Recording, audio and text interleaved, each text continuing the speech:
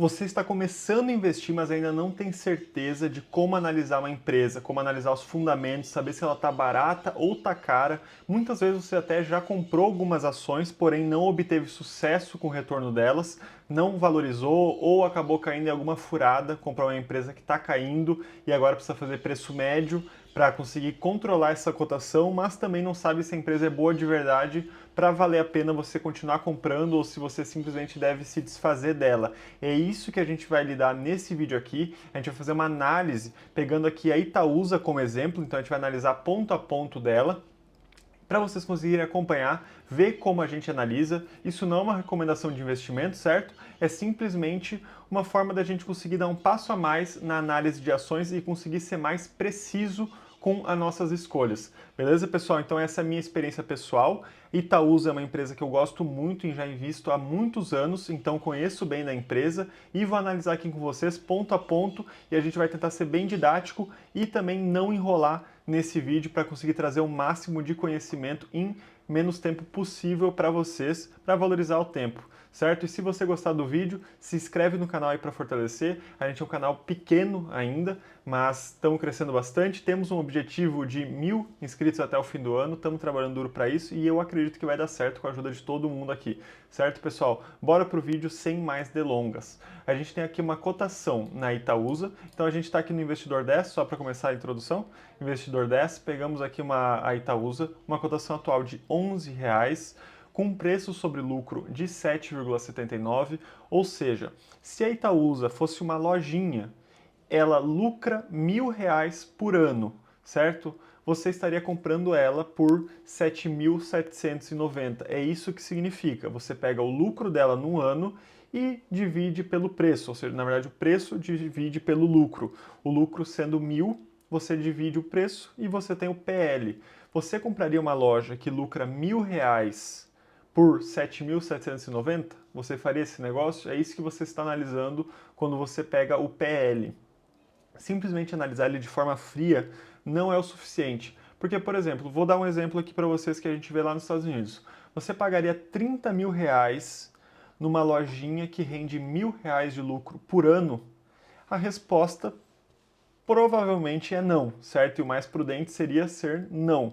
Porém, se eu te falar que essa empresa cresce os lucros dela 100% ao ano, ou seja, você está ganhando R$ 1.000 no primeiro ano, essa lojinha vai dar 2.000 no segundo, 4.000 no terceiro, 8.000 no quarto, 16.000 no quinto ano. Agora você já tem no quinto ano um PL de 2, certo? Você está pagando R$ 30.000 numa lojinha que vai dar R$ 32.000, 16 mil reais daqui a 5 anos, certo? Já muda muito o cenário. Então o PL é um bom indicador, mas a gente não deve analisar ele sozinho. Tem que também analisar o crescimento de lucros e é isso que a gente vai ver logo mais. Preço ou valor patrimonial. Você pegou tudo que tem dentro dessa loja. Você pegou os materiais, o valor do imóvel, você pegou o valor da marca, você pegou o valor dos equipamentos que ela tem, juntou tudo isso, quanto que vale? R$ 1.000, certo? A lojinha vale R$ 1.000 o valor patrimonial dela. Você está pagando 1.350, ou seja, pagando 35% a mais de custo no valor patrimonial, e isso aqui também tá bom, certo? Quando a gente analisa a empresa aqui no Brasil, um PL abaixo de 10 já é um PL interessante, abaixo de 5 está muito barato, um pressor patrimonial abaixo de 1,5 tá bom. Obviamente tem setores diferentes que muda bastante o pressor patrimonial, mas no geral, abaixo de 1,5 está bem barato. Beleza? Quando a gente analisa, por exemplo, nos Estados Unidos, um PL abaixo de 30 às vezes já está barato, porque as empresas lá tendem a crescer muito mais.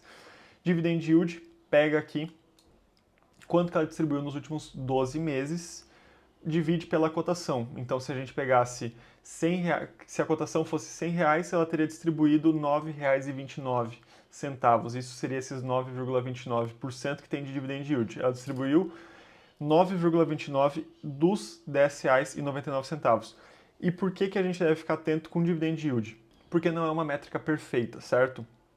Se a cotação aqui de hoje para amanhã dobrar de valor, o dividend yield vai dividir pela metade. Só que não necessariamente ela é uma empresa que distribui pouco dividendo por isso. Foi a cota que subiu muito e acabou diluindo o dividend yield. Assim como, por exemplo, a empresa pode ter ficado muito ruim, ter caído a cotação dela pela metade, agora ela não custa mais R$10, ela custa 5 e o dividend yield salta de 9% para 18%.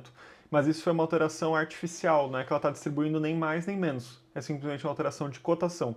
E é por isso que a gente tem que analisar os dividendos individualmente, ano a ano, quanto que ela pagou bruto. E é isso que a gente vai analisar logo mais.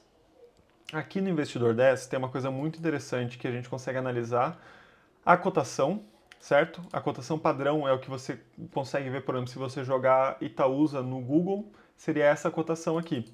Então aqui a gente tem a cotação dela dos últimos 10 anos. Vê que ela cresceu bem, certo? Então se a gente pega aqui do fundo ao topo, ela cresceu 280%. Só que aqui não contabiliza os dividendos. E como aqui no Brasil a gente tem muita empresa que paga muito dividendo, a gente tem que sempre fazer a cotação ajustada. Aqui ela já contabiliza. Então a gente pega aqui, joga do fundinho aqui até o topo, a gente teve um total de 610% de rentabilidade. Muito diferente a rentabilidade do que quando a gente analisa apenas o gráfico sem o ajuste. Por isso que é muito importante fazer a cotação ajustada para você analisar principalmente as empresas que distribuem dividendos. Senão acaba que o resultado dela, a valorização dela fica artificializada, já que uma empresa, quando distribui dividendos, o dividendo é diluído da cotação. Então, por exemplo, se a Itaúsa, que está a R$11 e distribuir R$1 de dividendo, amanhã ela vai abrir na bolsa a R$10. Ela vai tirar esse R$1 da cotação. Por isso que empresas que pagam muito dividendo, às vezes ficam com a cotação assim, sempre subindo e daí cai, subindo e cai. Na verdade, essa queda é artificial, é quando ela pagou esse dividendo, ela acaba diluindo da cotação. Então, às vezes parece que a empresa está andando de lado há muito tempo, só que não, ela está subindo um pouquinho, pagando dividendo. Então, entrou na sua conta, daí caiu. Aí ela subiu mais um pouco, pagou mais dividendo, caiu na sua conta. Só que parece que ela andou de lado, só que todo o dinheiro que você ganhou de dividendos tem que ser contabilizado. E é isso que a cotação ajustada faz. Aqui a gente tem algumas informações detalhadas para a gente também analisar, informações muito importantes. O que é o payout? Isso é importante a gente analisar. Significa que aquela lojinha que a gente pegou de exemplo lucrou R$1.000 e ela distribuiu R$750 para os acionistas e manteve 250 no caixa dela. Quanto que é o payout dela? 75%. É o quanto que ela lucrou dividido pelo quanto ela distribuiu. Ou melhor, quanto que ela distribuiu dividido pelo quanto ela lucrou, que daria em percentual 75%. Ou seja, Itaúsa lucra 100, distribui 75, fica com 25. Porém, a gente tem que abrir, clicar nesse botãozinho e analisar o histórico para ver se isso é padrão. A gente vê que o dividendo dela está um pouco acima porque isso não é o padrão. Ela geralmente distribui em torno de 55%, ou seja, distribui metade e fica com metade, porém no último ano, nos últimos 12 meses, ela está distribuindo 75%, ou seja, distribuindo acima da média dela. Quando a gente pega aqui, dívida líquida por patrimônio, então a gente pega a nossa lojinha, ela vale R$1.000 e a gente tem R$50 de dívida, ou seja, 0,05 de dívida. Por exemplo, se você pegar algumas empresas como a Raizen, que está passando por uma fase muito difícil de dívidas, a gente tem uma lojinha que vale R$1.000 com R$5.000 de dívida, R$10.000 de dívida, ou seja, nem se a gente vender tudo, vender a loja inteira, precisaria vender ela 5 vezes para conseguir pagar a dívida. Ou seja, dívida líquida sempre, preferencialmente, abaixo de 1. Ou seja, menos dívida do que patrimônio.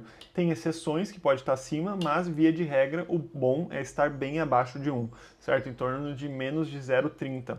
Não tem problema ela ter dívida. Empresas têm dívidas, isso tem vantagens também.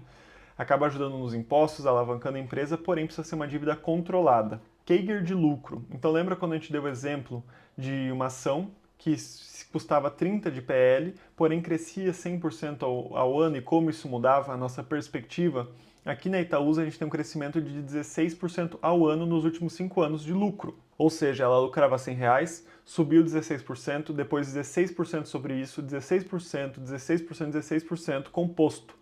Ou seja, vem crescendo muito o lucro dela, ou seja, está muito bom esse crescimento. A gente sempre prefere empresas que tenham um CAGR acima do PL, certo? Ou seja, crescem o lucro acima do PL. Isso é um indicador de eficiência, indicador de que a empresa está barata.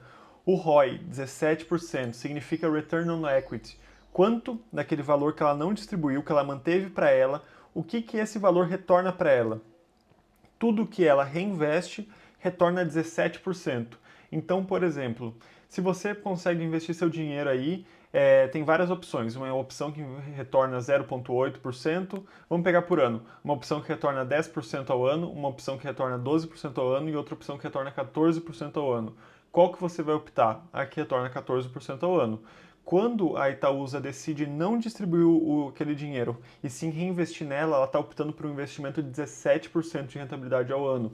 Ou seja, tudo que ela bota de investimento nela mesmo retorna 17% ao ano, ou seja, ela é muito boa quando distribui e muito boa também quando ela reinveste nela própria. Qualquer situação é um ganha-ganha, você ou ganha com ela distribuindo ou ganha com ela reinvestindo nela própria. Analisando os últimos 10 anos do dividend yield dela, a gente tem uma média de 6,28% ao ano, um dividendo atual de 9,29%, porém é muito importante que a gente analise o pagamento, o dividendo pago, certo? É mais importante do que dividend yield. Porque quando você pega o dividendo pago, é quanto realmente foi pago por cada cota que você detém da empresa. Então a gente vê que desde 2021 ela vem crescendo.